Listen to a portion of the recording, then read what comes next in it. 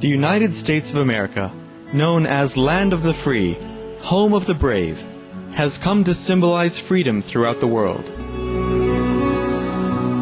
People from all nations and from all walks of life have called the United States home. The United States has welcomed them with open arms. Indeed, the famed Statue of Liberty is the embodiment of this dream.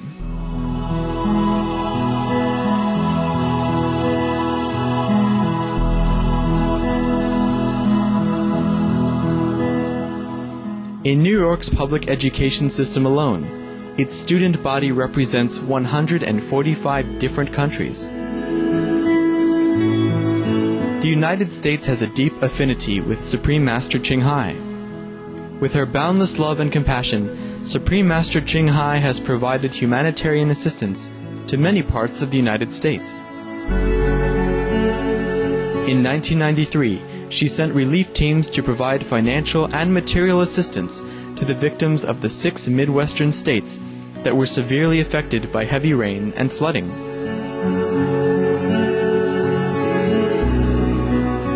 On December 27, 1997, at the benefit concert, A Journey Through Aesthetic Realms, Supreme Master Ching Hai generously contributed $100,000 each to the Vietnam Children's Fund and the U.S. Department of Veterans Affairs. The following year, at another benefit concert, One World of Peace, through music, she once more contributed generously, with 2 charity organizations being the recipients of her love. St. Jude Children's Research Hospital received $150,000, and the Starlight Children's Foundation received a check for $100,000.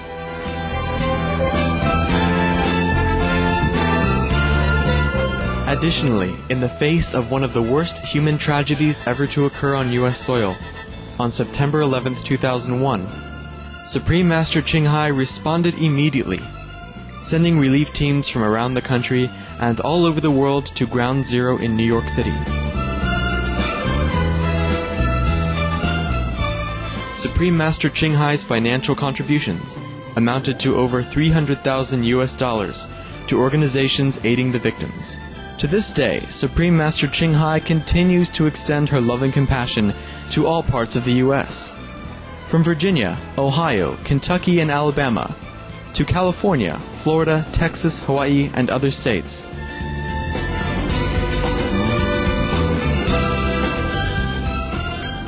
We now invite you to listen to the following discussion with Supreme Master Ching Hai and our association members entitled, "We Always Have to Try to Adjust to New Circumstances," in New Jersey, USA, on June 21st and 23rd, 1992.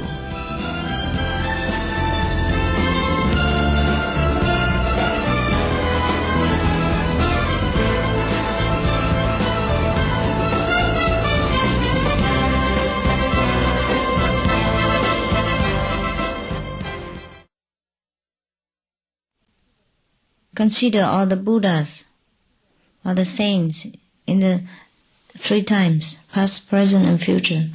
They don't say anything much. We are just nothing. Don't let your brain cheat you of your humility and your merit.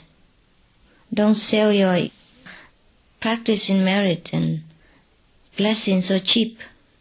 Even if we do something good in this life, consider how many bad things we have done in the past lives. It's not even enough to make up for it.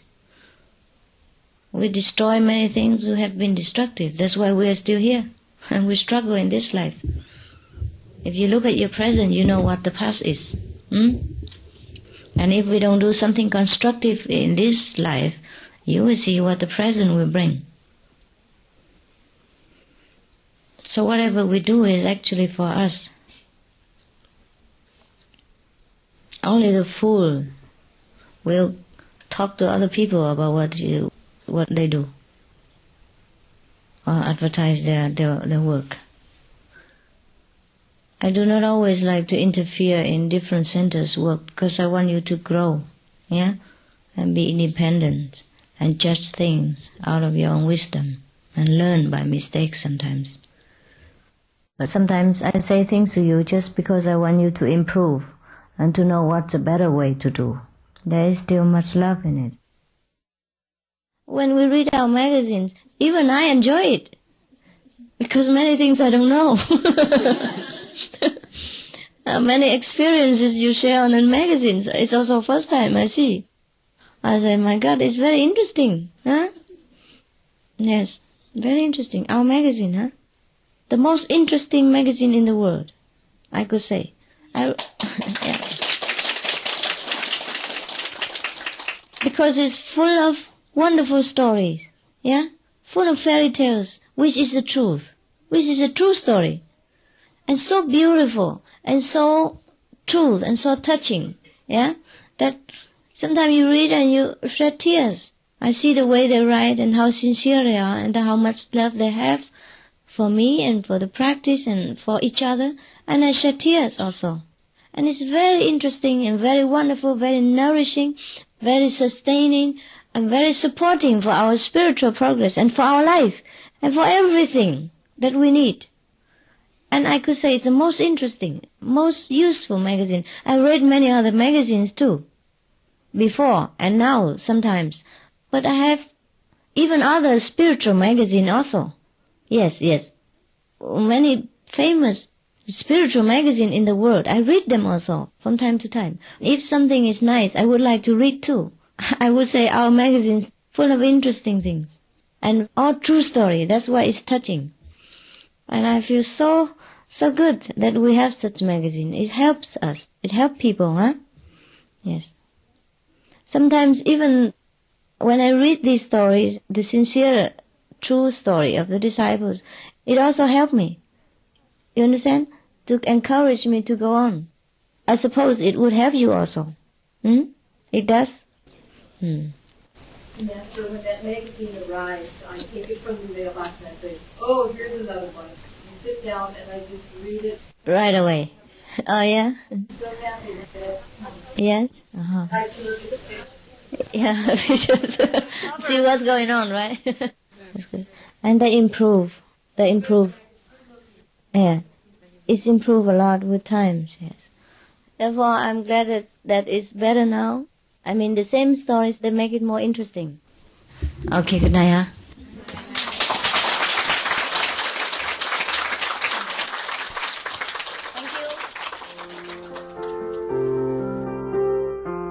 Yeah, very easy to get misunderstanding. This is your own illusion, your own thinking that you think you are such and such, that you have to go through such and such test. It's not true. In that case, you see how clearly it is not a test at all, except that because we are many people and we came sometimes different times and different background, different levels. It's difficult to deal with individually.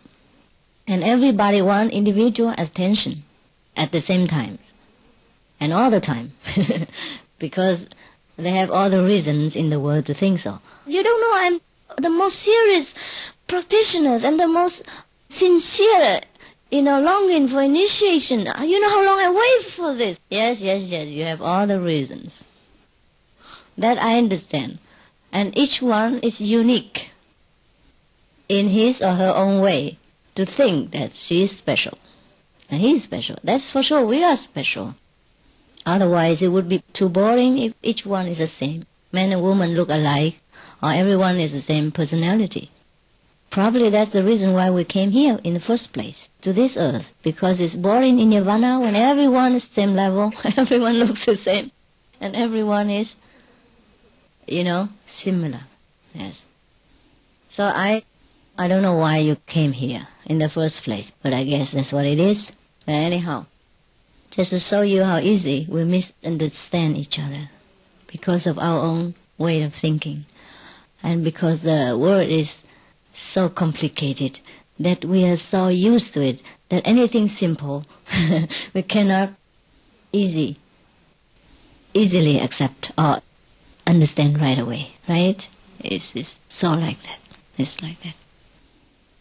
So after we have practiced somehow in this path for a long while, we begin to understand if we sincerely longing for the understanding.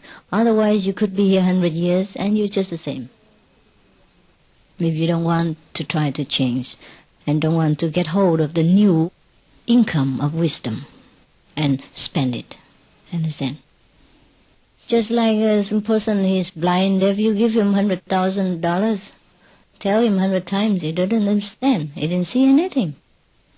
Yeah? And so he remained the way he is, poor and miserable.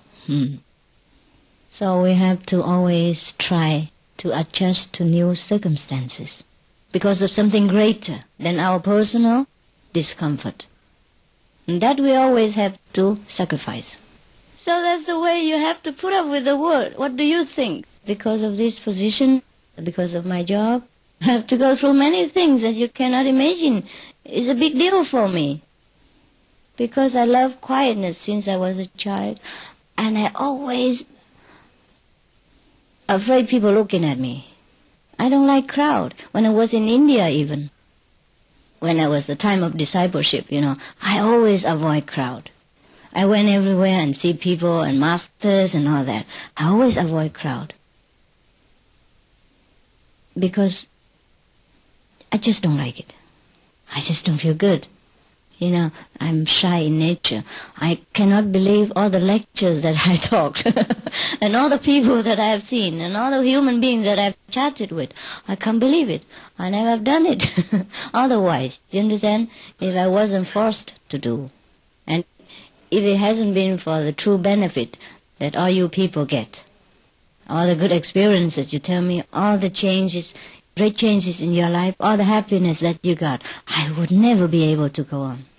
So be careful where you go, what you talk, and whom you look at, and how you criticize people, because that just signifies your low level, nothing else, and even better not to talk about it, so people don't know what kind of level you are.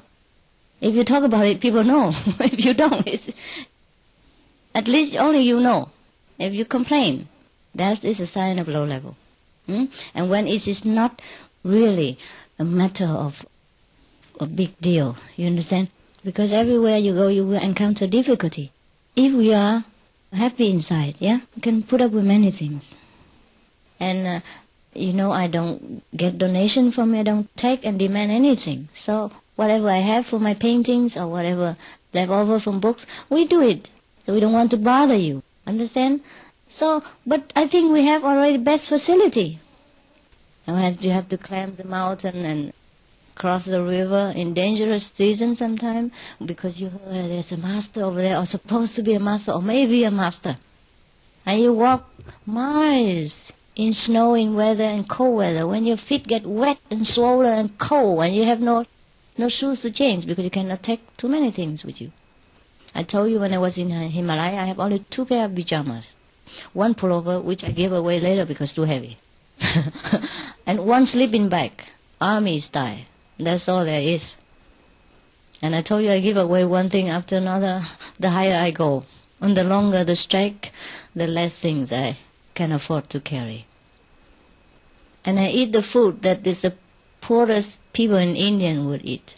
Because I didn't have that much money with me. And I want my money to last longer. Until I'm satisfied with enlightenment or whatever master I find. Understand? And sometimes I dare not buy expensive food even. I just eat the cheapest thing that I can get so I can last longer and without depending on people. I will ask from no one.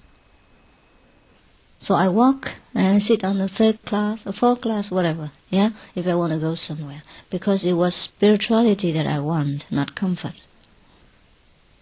So whatever inconvenience you have in any centers at all, from our center, is nothing, Please bear with it and grow up from obstacles and difficulty. These things help us to develop our patience, understanding, loving, and accepting. We're not here forever. Most of you are already over 30s. You would live until 60 or 70. I was alone, a very lonely, small woman in India. I walk all over. Yes. And you can imagine how much hardship I have to go through. But I didn't think it was a hardship because I was blind for the light of God. I think of nothing. I think of nothing of discomfort. So I didn't think it was a hardship, But it's no problem. You find a way. Really, we can adapt to everything. So inconvenience we shall have everywhere we go, and be prepared for it. So, and when you come to any of our centers, bear in mind what you want and disregard these small things should it happen. In any crowded place, it's unavoidable. It's not home. Yes, we don't force you to come, but we cannot promise heaven here when you don't have heaven inside. Understand now? These are very small matter, but from the small matter, we can understand our level. Because if we couldn't tolerate the small matter, how can we tolerate the bigger? Is that right? The child eat milk first, drink milk first, and eat the slowly solid food.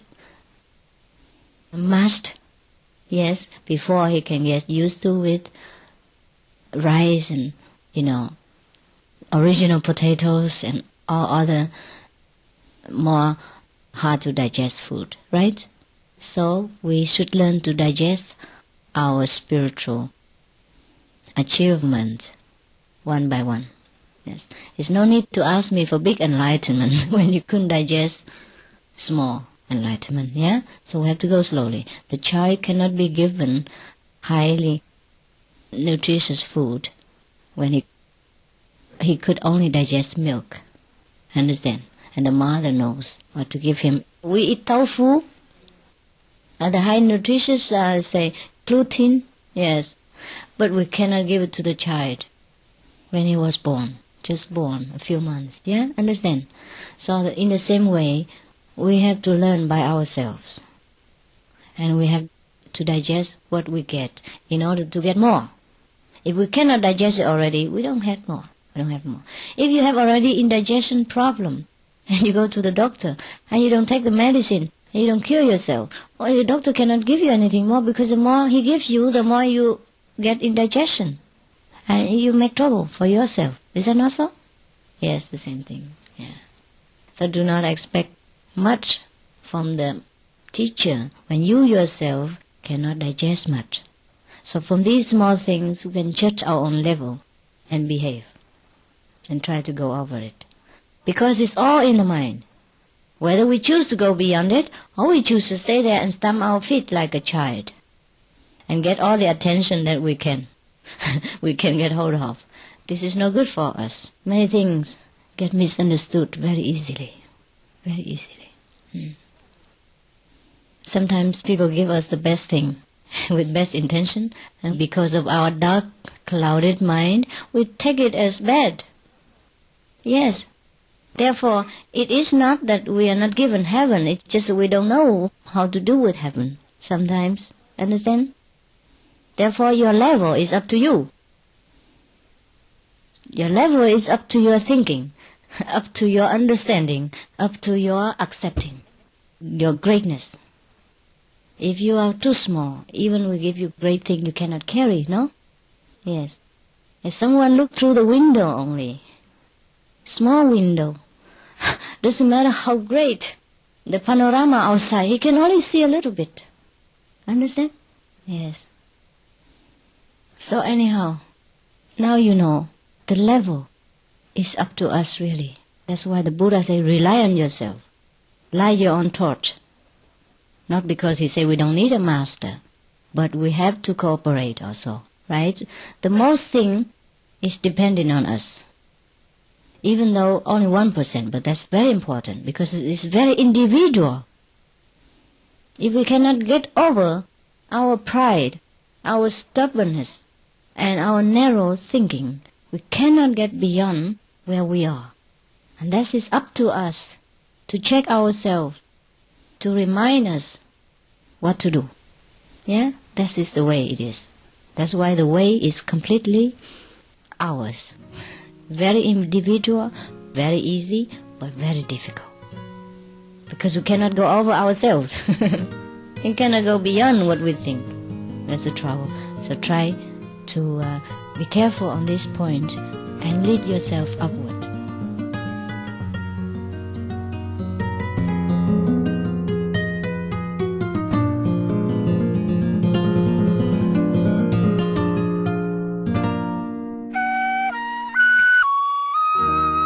Thank you for joining us on today's episode of Between Master and Disciples. Please tune in on Monday for part 2 of We Always Have to Try to Adjust to New Circumstances. Up next on Supreme Master Television is Animal World, Our Co-Inhabitants. May your days be beautiful and joyous.